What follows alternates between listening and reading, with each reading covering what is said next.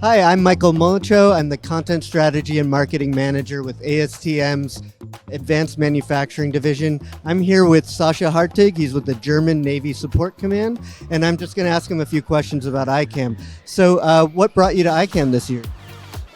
First of all, I'm the science organization community, so I'm partly also looked at what interesting presentations we can bring here to the ICAM.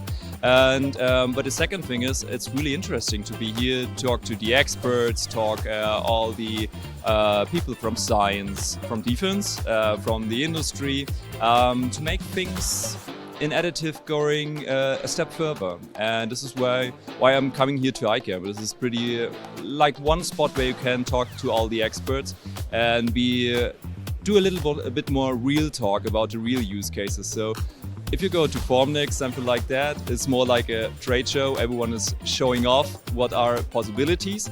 At ICAM, here you see what doesn't work, for instances, what is research doing in the specific problems, and this is what I'm here for.